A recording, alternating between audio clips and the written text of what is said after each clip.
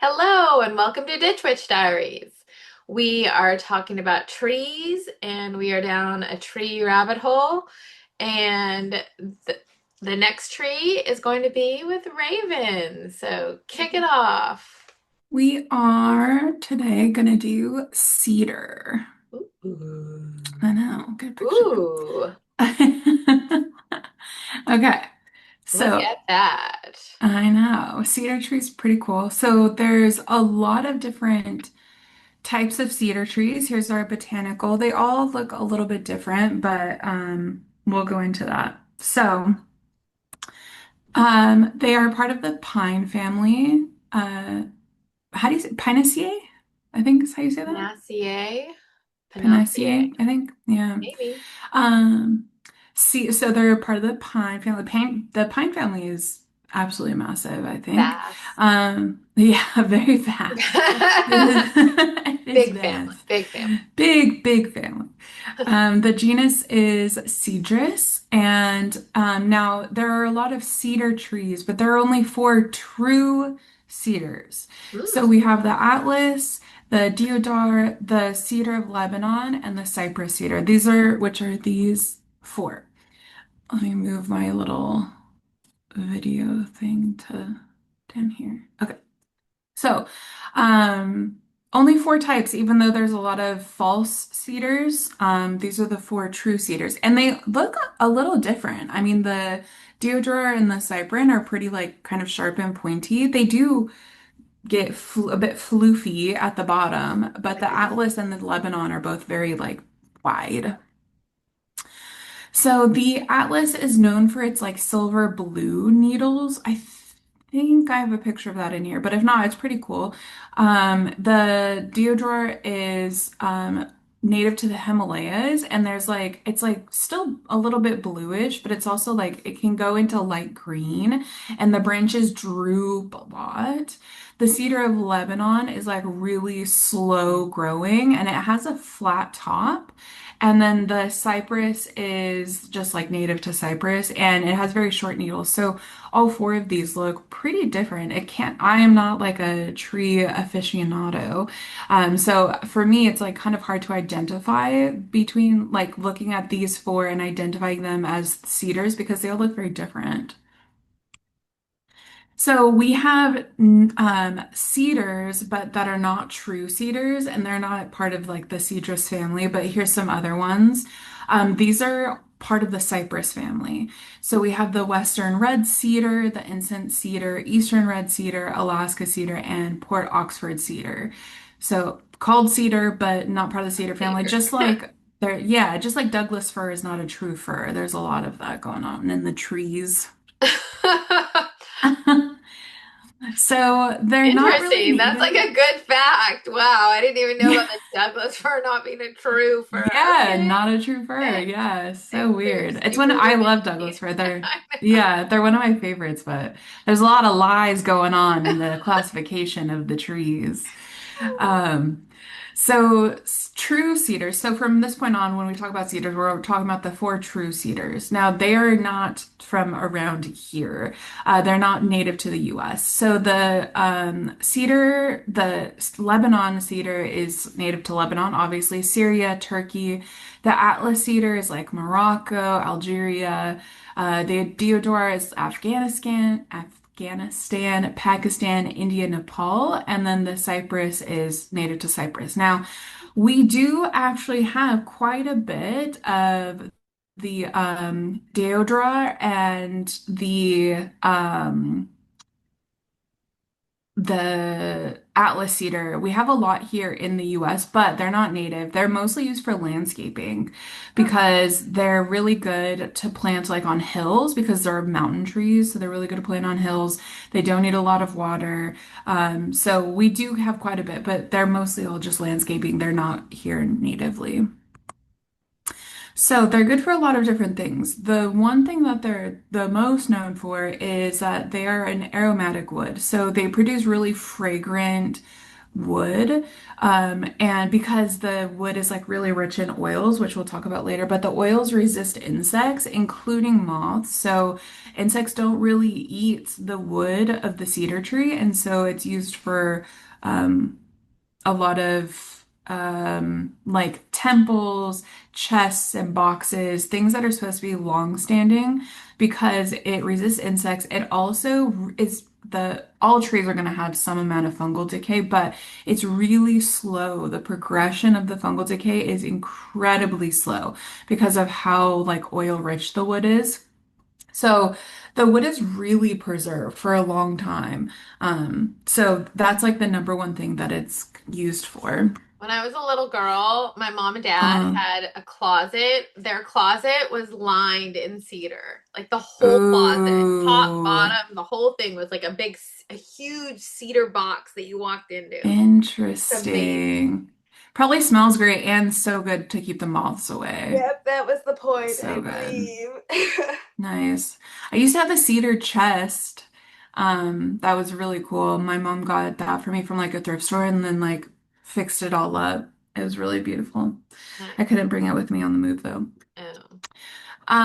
So they're also known for the pattern of their needles. Ooh, they're So the beautiful. needles are, yes, they're so beautiful. They arrange in like a spiral form, which it's kind of hard to see a little bit, but you can see it from the like top here and then the side here. They form in rosette, like rosette. So the rosette is like the grouping of them. So you can see like this is a rosette, this is a rosette, this is a rosette. But then from the top, you can see it even more clear here. Oh, this is the blue silver, by the way. It's a Ooh, little less blue. It's a little bit more green, but it can be a little bit more blue. But the coloring, you can kind of see the silver come through here. But that's like the defining factor of the true cedars is the needle rosettes. So if you can't tell from like the shape of the tree far away, and if you can't really tell from like the bark necessarily, if you can get close enough to see if it has rosettes, that's how you would know. nice. Yeah, this is another big distinguishing factor from fall cedars. A lot of fall cedars have like more they're more like scaly like. The true cedars are very much like needle structure in these rosettes. Also, their pine cones are so Oh, weird looking. I I know, they're love them so though. Oh cool. my gosh, I'm I know. obsessed. I'm obsessed with the I cedar. Like I know. need to see This it. I need to touch a real cedar now. I'm due. I I know. gotta Me go too. find I haven't one. found one yet. Yeah, there's got to be one somewhere. But they Exactly. sit upright. So they're like a lot of other Oh my. cones just kind of like grow wherever, but the cedars like you can see it on a line. They're all like at the top. They're like perched. Um and another thing is you almost never find like fully formed cones be on the ground because they disintegrate like this. So as they get mature, they start disintegrating and like breaking apart. hmm And this is how they spread their seed. It's not like a lot of like other pine cones, the um the cones will like open up when they get mature and then they fall to the ground and then that's what plants the seeds into the ground.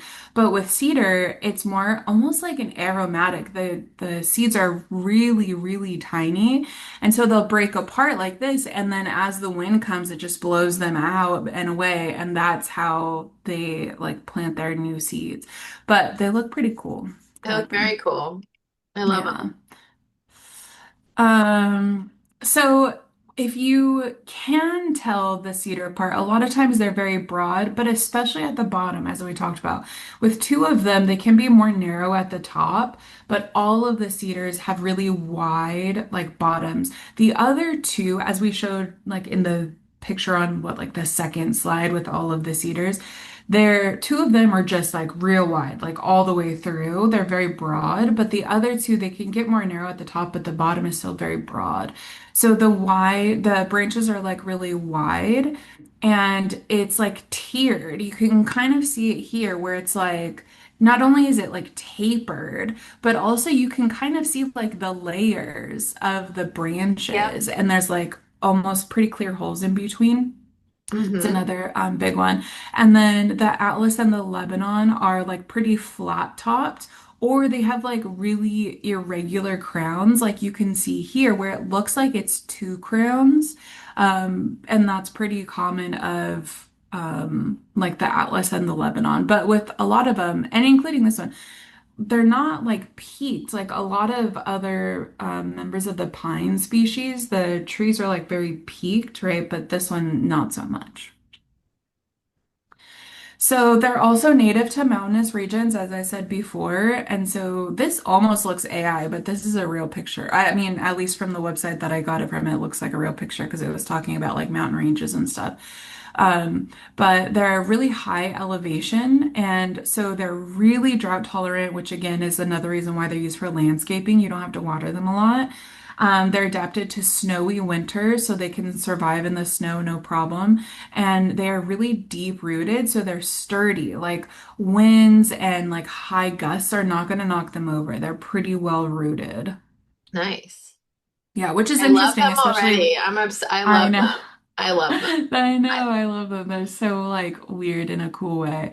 The deep rooted yep. is also interesting because like they're deep rooted on mountains, which is strange. You would think that for the trees that are deep rooted, they're going to be in like more soft soil, but even in like rocky mountains, they root pretty deep. Nice. Yeah. So the lifespan, it varies per like depending on the species, but usually between like 300 to 500 years is common. In ideal conditions, like in their native conditions, they can live over 1,000 years old. So, and then some historic Lebanon cedars are estimated to be like over thousands of year old. Like the one estimate was like almost 2,000, like 1,800 years. So they can live a pretty long time, but on average, 300 to 500, which is not super old for a tree species, but it's still got, that's a pretty good lifespan. Now, the size really varies. Let me move our little window thing here. It's always in the way. There we go. So, the deodar is about 150 to 200 feet tall. The cypress is he's a little short guy, 20 to 40 feet. The Atlas Cedar and the Lebanon about 40 to 60. So not super, super tall, other than the deodar, which can get pretty tall. But the width, this is, hold on, I have to like minimize this so I can see. There we go. The width is 30 to 80 feet. So again, it's pretty like pretty broad, at least on the bottom. Nice. Okay, so historically and just kind of generally used for like sacred and monumental construction. So, as I said before, temples, palaces, ships, sacred buildings, especially because of the smell. Not only does it smell good, like it just, you walk into a temple and it smells like that rich, woody, Mm, beautiful smell, but also to keep away the bugs for longevity and decay resistant. So it's used historically for like sacred places because it's going to be withstanding. Furniture and storage, so chests and cabinets, again, to repel insects, carved objects because it's going to stay strong, interior paneling, and then, oh, I did also mention that the deterrent of the moth is to like from the compounds within the oil, which I is kind of like obvious because that's the wood. But we also have shipbuilding. So especially in the Mediterranean where cedars are vast, the wood is really strong, but it is a little bit like bendable. So with shipbuilding, it was ideal because it's again resisting the fungi, but also very strong, but still a little bit bendable so that you can kind of like bow the wood. nice. Yeah. So then in like ancient traditions, cedar symbolized immortality and strength because it's resistant, right? And so it's long standing. Even though the lifespan isn't like incredibly, incredibly long, it can be, but it's like withstanding and it's lasting. Now there is a Mesopotamian myth called the Epic of Gilgamesh. Gil Gilgamesh, yeah. And I looked this up and I was going to add it, but the cedars play a very minor role in the story, so I didn't add it. But essentially, there's a sacred forest that's guarded by the being Humbaba, and Gilgamesh is going to like see Humbaba. But the cedar didn't really play a big role in the story. That's just where he lived, but there wasn't anything like mystical or magical about the forest. So I didn't include the story, but it's good to know that there is some lore with cedars included. Within the like Eastern traditions, the cedar forest just kind of represented like divine territory, boundary between mortal and immortal realms because it's on the mountain range, right? Very much a liminal space. It's like it lives where the mountain meets the sky. I So love that. very much like, yeah, it's very much like a liminal sacred spaces. Also, oh, I forgot to put this in there. But the cedar is the national symbol and appears on the flag for the Lebanon flag. Oh, Hi, my friend is here. So I forgot to put the flag up, but it is in there.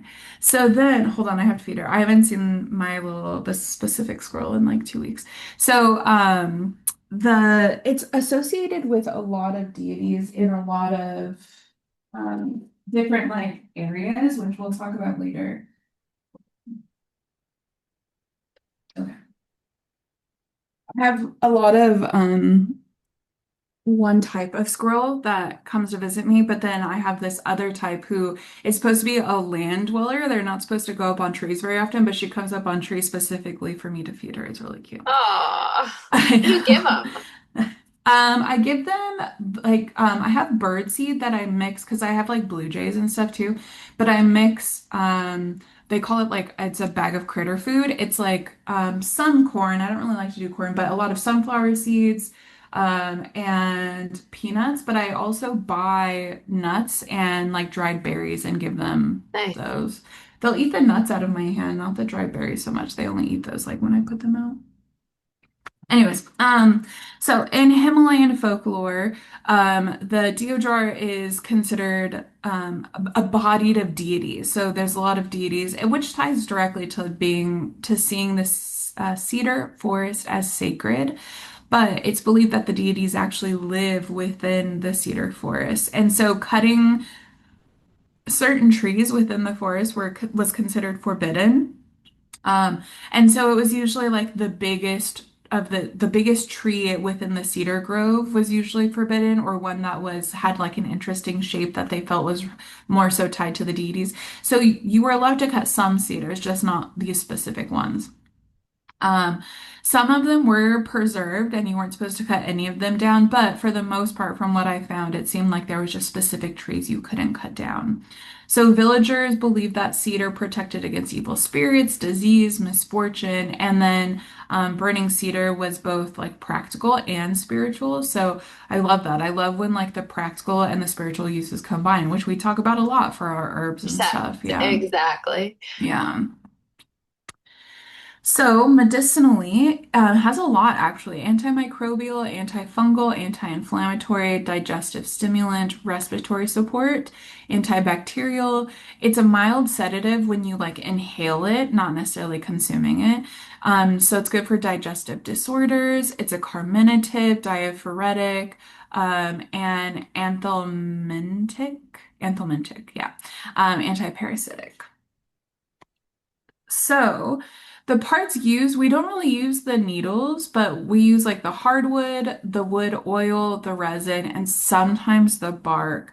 I had never heard of heartwood before, but heartwood is like the inner Yep. part of the wood right here, right? So we have like the bark, we have the cambium, we have the sapwood, and then the heartwood. So the heartwood is what was used a lot to like burn and stuff. So, essential oil is extracted from the heartwood mostly. So, it's good for skin infections, fungal conditions, wound cleansing, and then joint pain when we're using it topically. The resin is antiseptic, which I think is true of a lot of resins. I think so too. Yeah. It like closes it up too, so it's like, I don't know, good for wounds.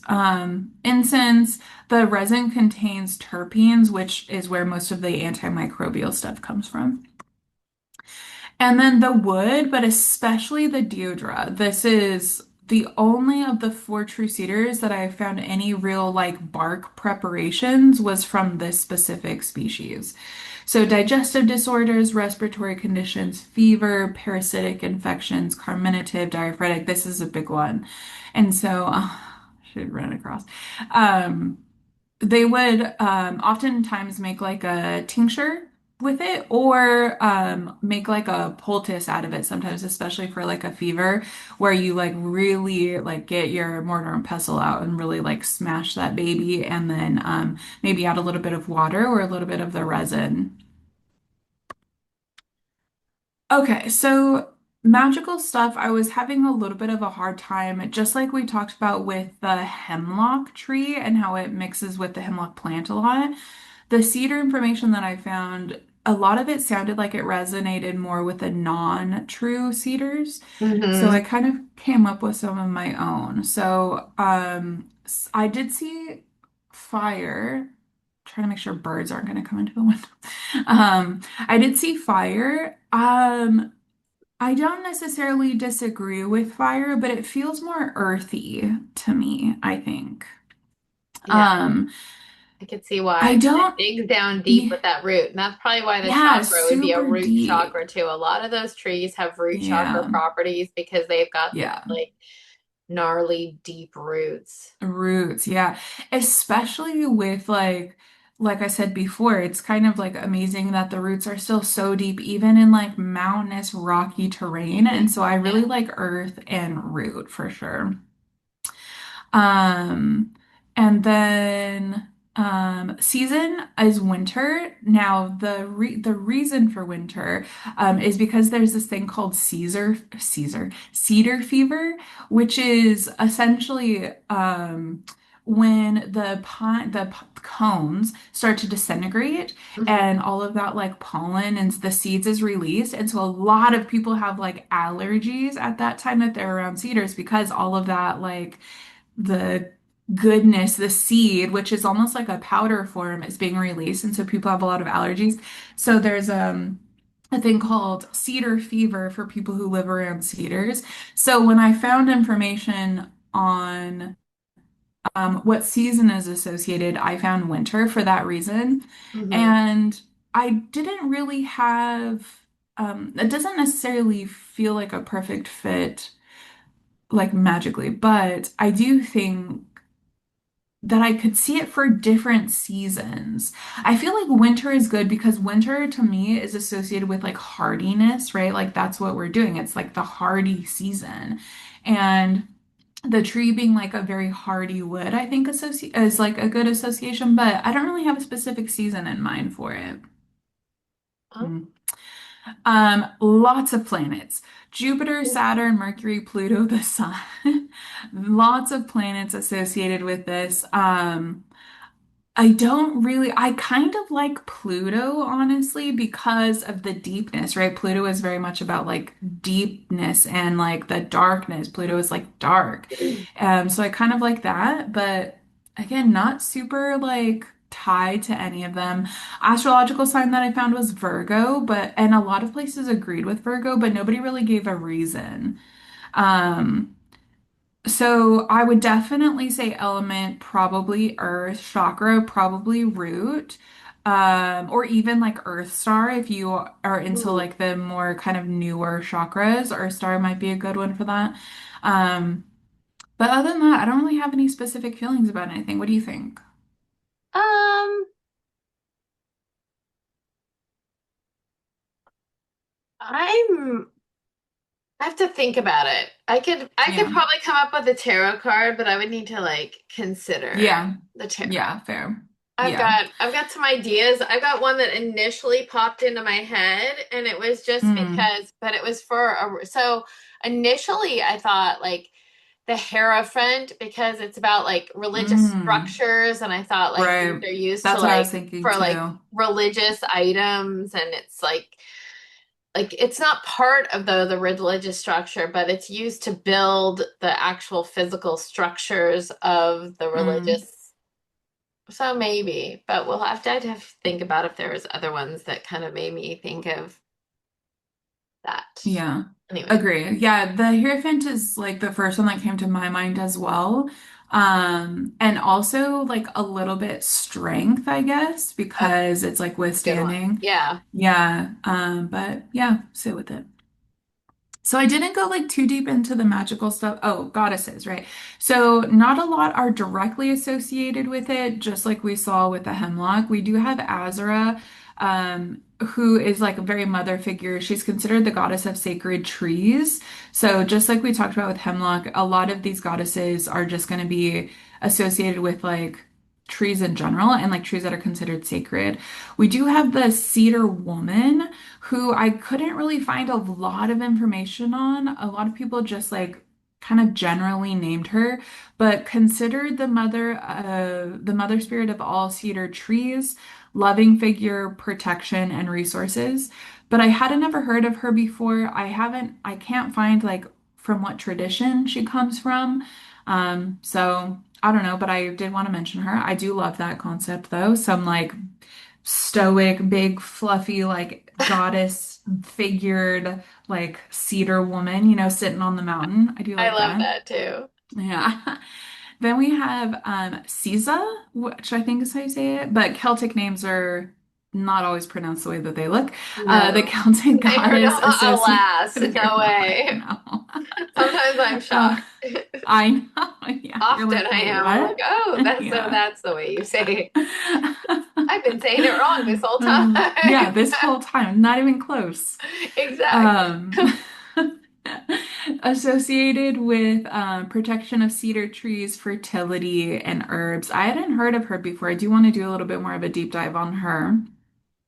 And then we have Persephone, a treater, oh my gosh. A cedar tree is associated with her time in the underworld, which I hadn't heard of cedar directly within her lore, but okay, fair. Okay. Um, Artemides, the Greek goddess of the hunt and the wilderness, associated with cedars, trees, sacred nature. Again, I hadn't heard of cedar directly. I do know that trees are associated with both of these women, but okay.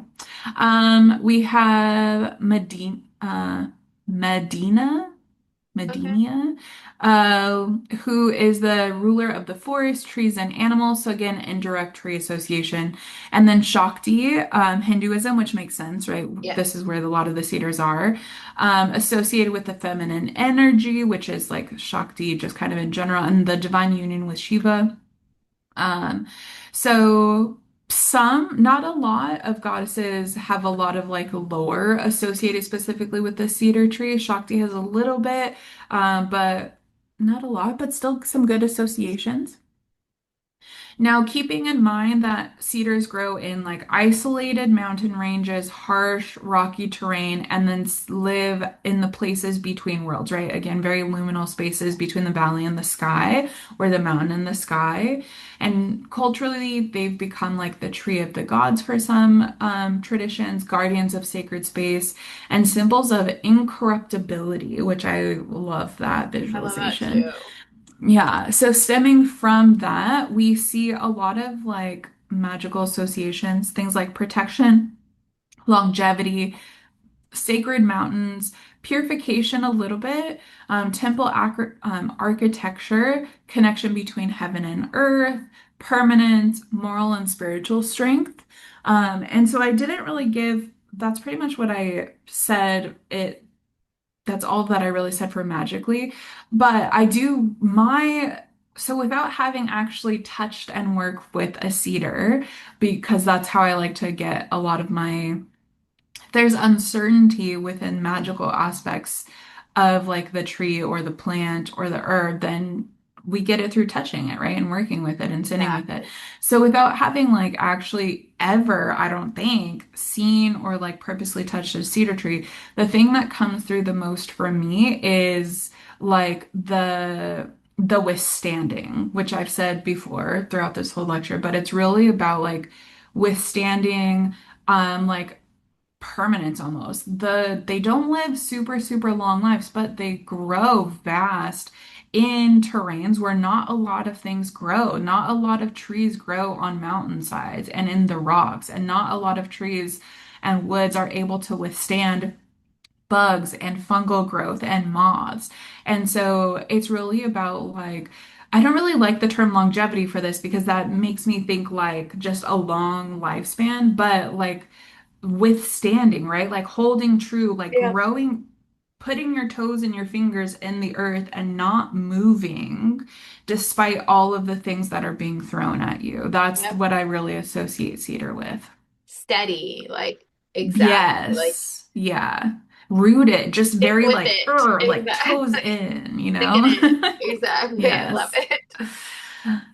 So that's it. That's my cedar. Yay! I love that. I love that.